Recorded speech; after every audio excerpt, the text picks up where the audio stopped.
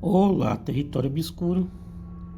Eu vou contar uma história que a minha professora me contou lá no distrito onde eu morava no meu tempo de escola. Faz muitos anos, então talvez algum detalhe tenha se perdido na minha cabeça. Mas a alma da história está bem guardada aqui e vou tentar passar para vocês como se fosse uma conversa entre amigos, com aquele jeitinho que faria a gente se sentir dentro do caos. Era lá pelos anos 70 e pouco, e a minha professora, na época, uma menina de uns 16 ou 17 anos, morava num sítio no Paraná. O lugar era daqueles que parecem saídos de um quadro, cheiro de terra molhada, tudo mais. E no mesmo sítio, a uns 100 metros da casa dela, morava o tio, irmão do pai, com a esposa.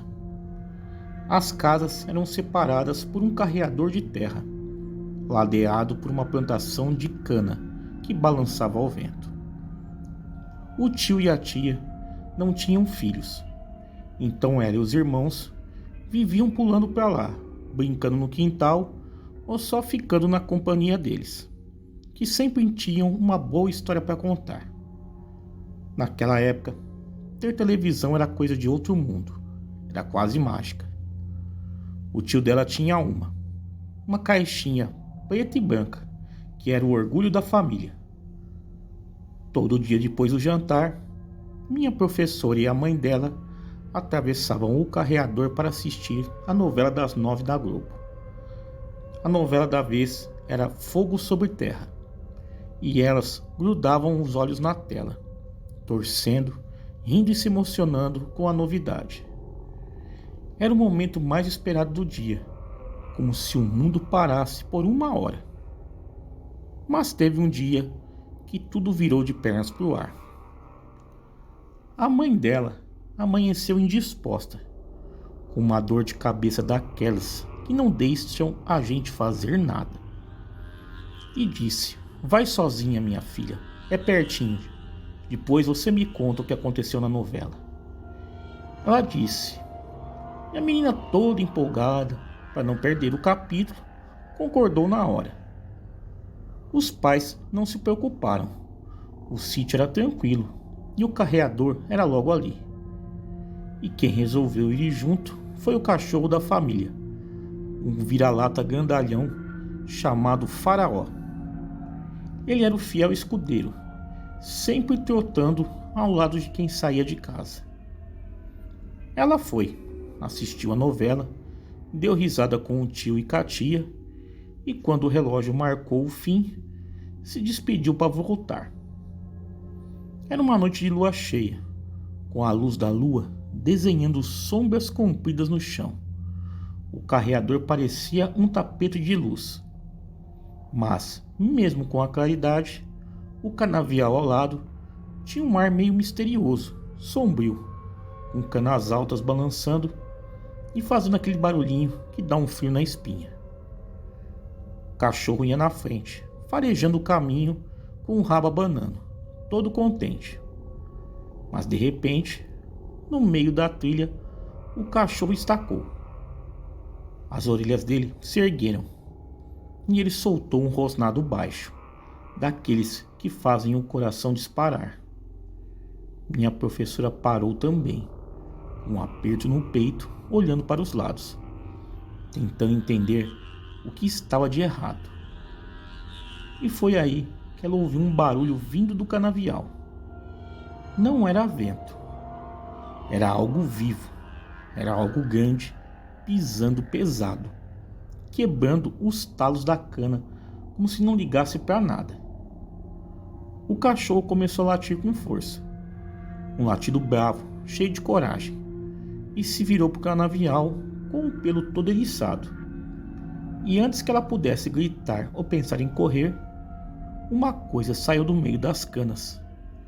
E não era um bicho qualquer, não. Não era nada que ela já tivesse visto na vida. Era um lobisomem, e só de lembrar como ela contava, eu já sinto um arrepio. Era uma criatura enorme, coberta de pelos desgrenhados, com olhos que brilhavam como duas brasas vermelhas sob a luz da lua. Andava nas quatro patas, mas não era como um lobo. Tinha algo de humano, algo torto e errado, com uma boca cheia de dentes compridos. O cheiro que vinha dele era podre. Ele soltou um rosnado gutural, tão profundo que parecia fazer o chão tremer. Fixou os olhos nela, e ela nem um grito conseguiu soltar. Era só puro pavor e disparou para o lado da casa do tio, que ainda estava a poucos metros. O cachorro, coitado, não correu. Ele avançou latindo e mostrando os dentes, mas o lobisomem era muito maior. Ele cravou os dentes no cachorro e o sacudiu com violência. Ela ouviu o ganido do bicho, um som que ficou marcado na alma dela, e viu o lobisomem jogá-lo para o lado, como se fosse um trapo velho. Sem olhar para trás, ela correu, com o coração batendo na garganta e os pés tropeçando na terra.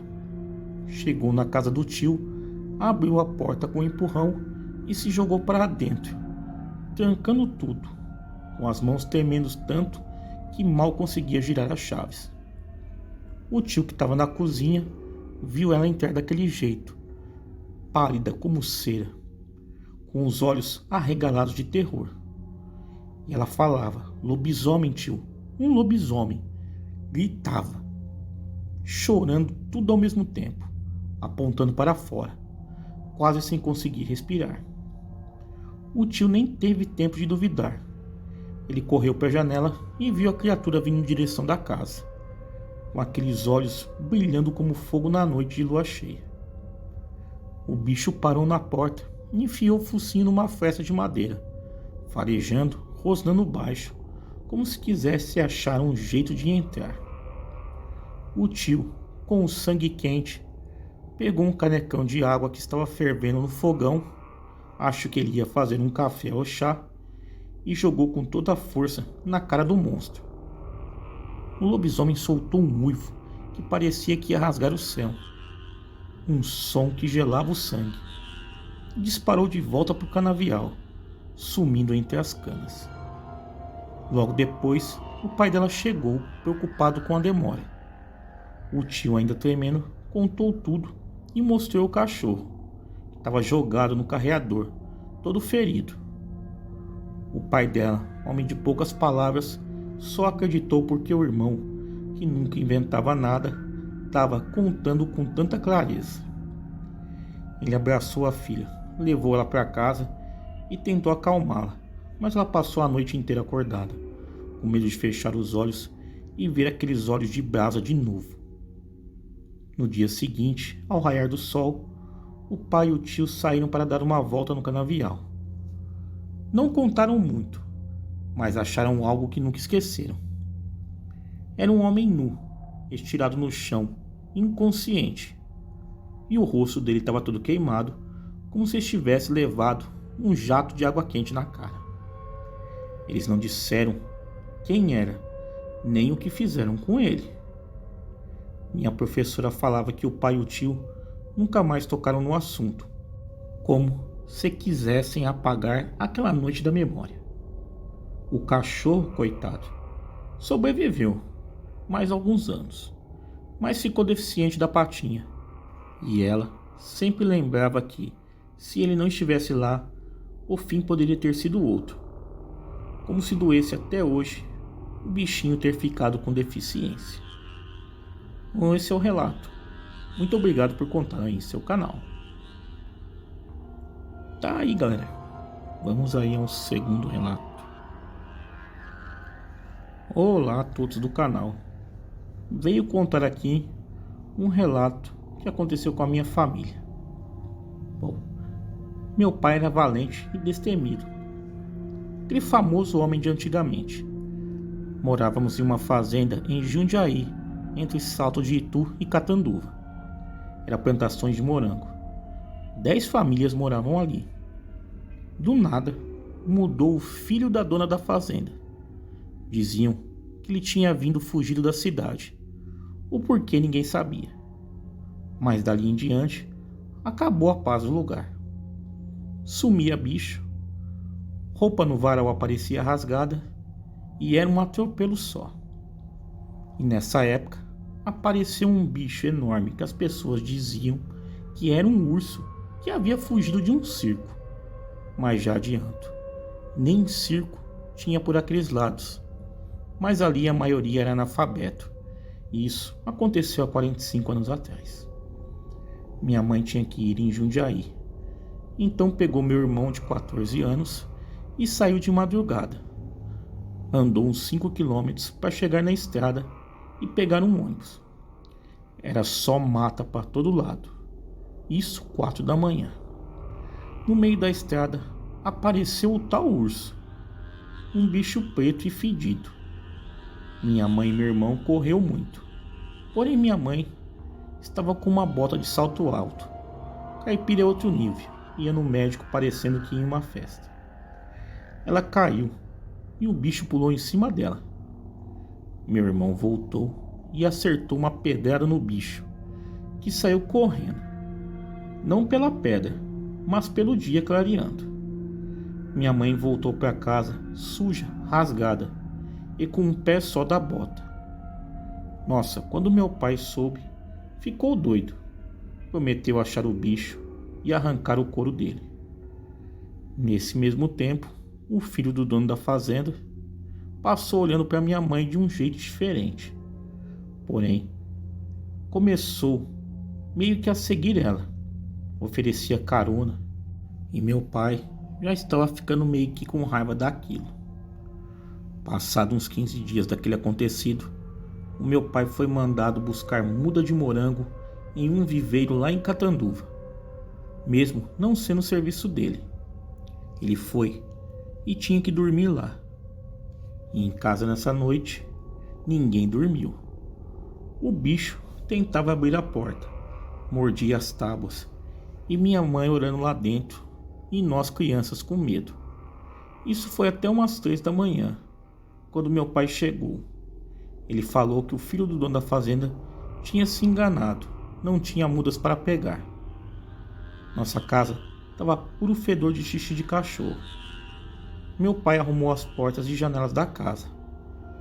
E passado mais uns 15 dias, outra vez meu pai teve que ir no viveiro, mas só foi até o meio do caminho. Esperou escurecer e voltou para casa, sem ninguém vê-lo.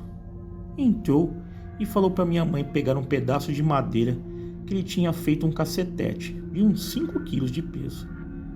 O meu pai tinha 1,90 m de altura. Corria igual um raio, nadava, era virado no giraia mesmo. Ficou escondido atrás da casa, e quando a lua estava alta, aquele tal urso chegou na porta da cozinha e começou a arranhar. Meu pai saiu de trás da casa e deu a primeira pancada no meio do espinhaço do bicho. Não sei se pela dor ou pela surpresa, o animal soltou um jato de cocô no chão. Meu pai deu mais outras pauladas no bicho, que saiu correndo, gritando, e meu pai ouviu ele gritando rouco: "Pai, pai, pai!" E veio atrás dele, batendo sem dó. Foi quando o fazendeiro deu um tiro para cima e outro na direção do meu pai, que não pegou. E nisso o bicho sumiu no mato adentro. O fazendeiro pediu desculpa e disse que atirou sem querer. Bom, no outro dia meu pai ganhou as contas. Foi demitido e tinha até meio-dia para sair da propriedade. O filho do dono da fazenda tinha sofrido um acidente. Estava todo quebrado no hospital e, pelo que os médicos disseram, não sabiam se ele voltaria a andar. Daí meu pai, que não é bobo nem nada, já ligou os fatos, né?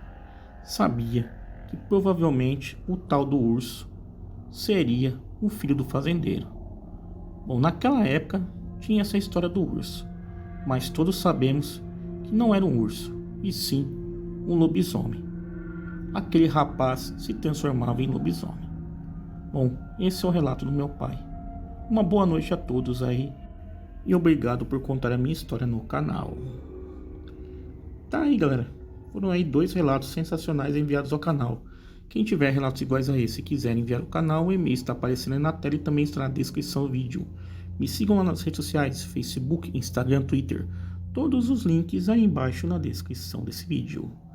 Galera, muito obrigado e até a próxima.